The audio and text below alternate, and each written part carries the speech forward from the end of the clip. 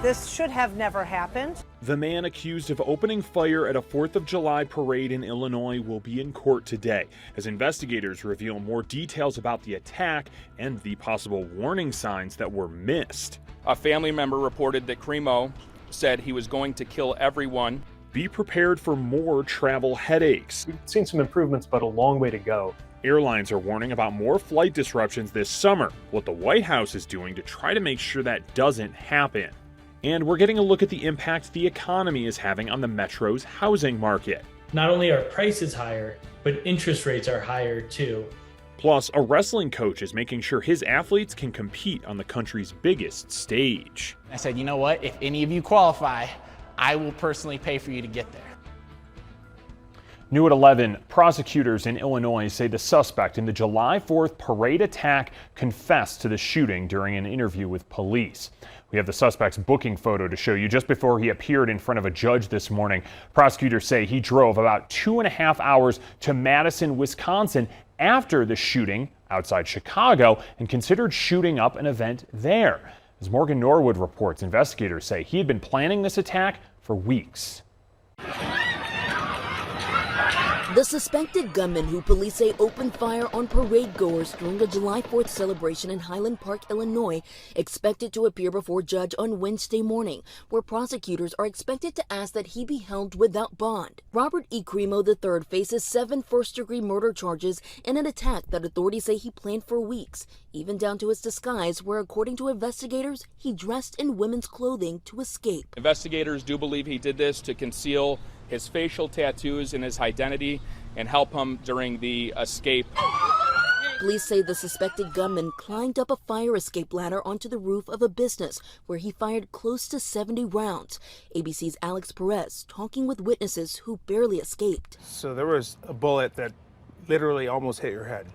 It hit my dad, but it missed my head. The rampage injured more than 30 people, claiming the lives of 7, including 2-year-old Aiden McCarthy's parents, Irina and Kevin, seen in this picture from a GoFundMe post. Survivors Dana and Gregory Ring telling ABC News about the moment another parade goer handed them the toddler in the aftermath of the chaos. Every time I tried to ask him what his name was, the response he gave to me in return was, Mama, Dada, come get me soon. Mommy's car come to get me soon. 2-3 hours later, a detective who had our number called, and then he took the little boy to where families were being reunited, and then he told me he was eventually reunited with his grandparents. As police work to uncover a motive, growing questions about missed red flags. Illinois police say the suspect passed 4 background checks in 2020 and 2021, despite 2 prior police incidents. In 2019, when he threatened to take his own life, and then that September, when police say they confiscated knives after family members accused him of threatening to kill people.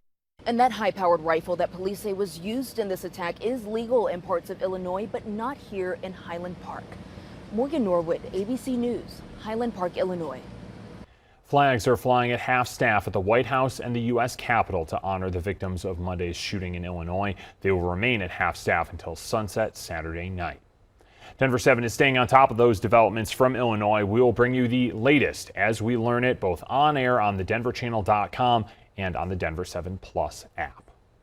People will rally outside the Colorado State Capitol this afternoon in support of DACA. That's the program that protects immigrants brought to the U.S. illegally as children, protecting them from deportation. They're rallying because the program is in jeopardy. A federal appeals court in Illinois is hearing arguments in a lawsuit over that program today. Texas and other states have sued, saying it was an executive overreach. Last year, a Texas judge ruled that DACA was unlawful and blocked the government from approving new applications. New details at 11. Former White House counsel Pat Cipollone will testify before the January 6th committee.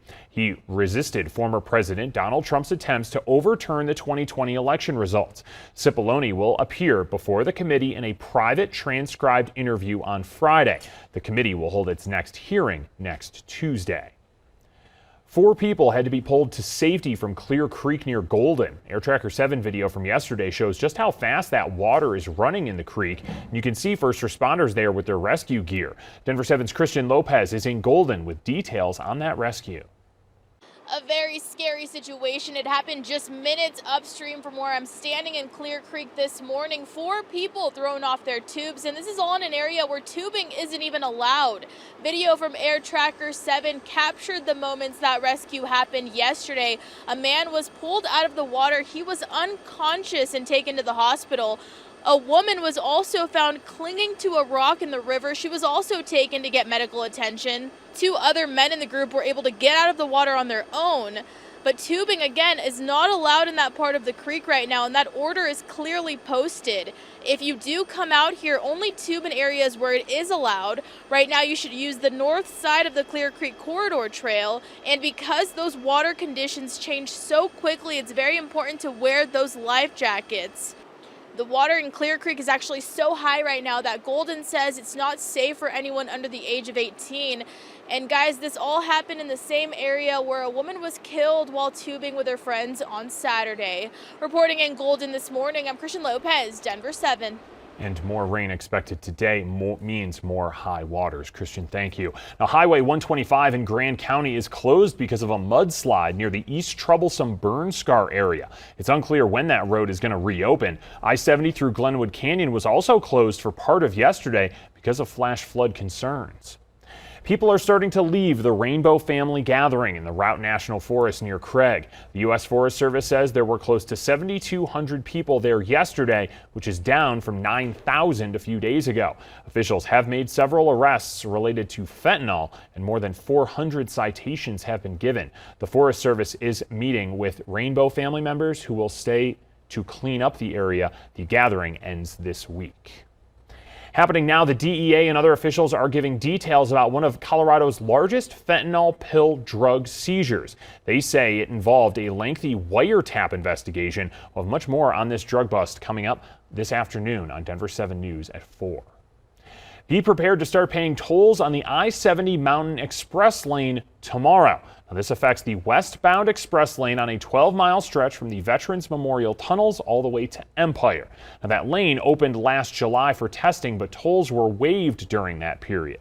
The lane is only open during peak travel periods. There's already tolls heading eastbound. Air travel is back to pre-pandemic levels here in the U.S. The TSA reports more than 2 million people passed through airport security checkpoints on Friday. That's the most since February 2020, just before the pandemic started. Similar numbers were reported on Saturday and Sunday.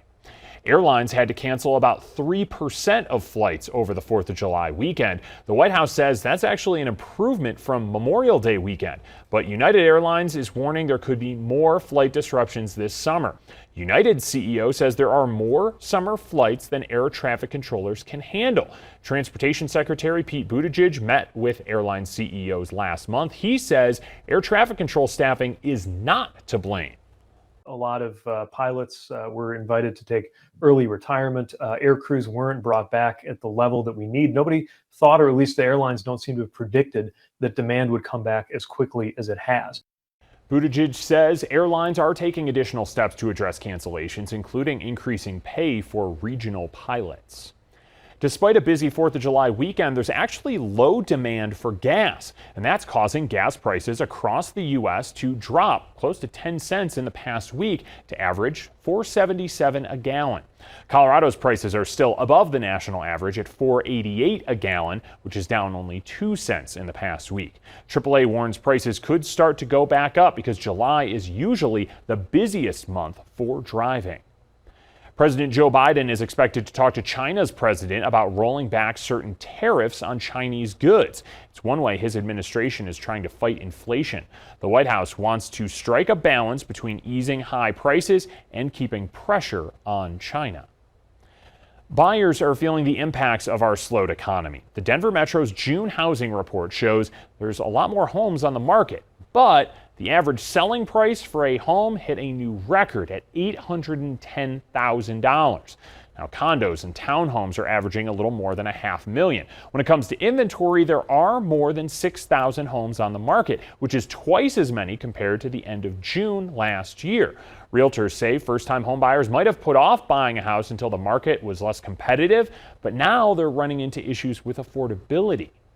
Interest rates have such a big impact on buying power. Generally, for every 1% in interest rate you go up, you lose 10% of that buying power. And so I think realtors and the community as a whole is trying to understand what's the right metric to understand when it's time for a price reduction. So what can buyers and sellers expect next? Well, realtors think inventory will continue to grow through the end of the year. When it comes to rent, Denver's rent report shows prices went up by about 1.5% in the last month. A one-bedroom apartment is about $1,400 a month. A two-bedroom is close to $1,800. Overall, prices have gone up 11.5% in the last year. Denver's historic Elwich Theater is getting a $70,000 grant for some restoration work. The money will be used to paint the theater's Fly building. That building is next to the historic theater and was used for large productions. The money comes from a Lowe's program that helps revitalize buildings in communities around the U.S. Two brothers jump into action while seeing their dad collapse in the pool. They shouldn't have been able to physically do what they did. I mean, everything just went as perfectly as it probably had to have.